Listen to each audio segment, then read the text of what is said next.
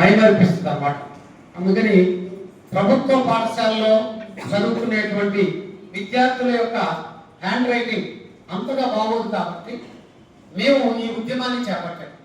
ఈ productive skills లో రెండిట్లో స్పీకింగ్, రైటింగ్ లో స్పీకింగ్ అనేది కష్టం. ఎందుకంటే క్లాస్ వైజ్ గా, సబ్జెక్ట్ వైజ్ గా, కంటెంట్ వైజ్ గా లెర్నింగ్ అవుట్కమ్స్ అంటాం. అవి పిల్లవాడు మాట్లాడగలగాలి, అప్పుడే స్పీకింగ్ ఉన్నట్టు.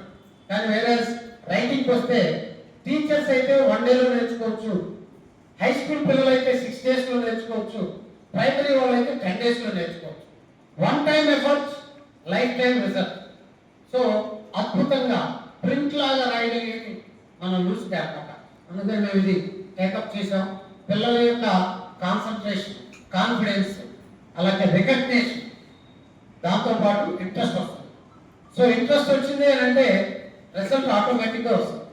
మరి మాకు ఈ 2 డేస్ మీరు చక్కటి అవకాశం ఇచ్చారు మేనేజర్ వాళ్ళు. వాళ్ళ యొక్క ఫేస్లు ఎంత బాగా వెళ్ళిపో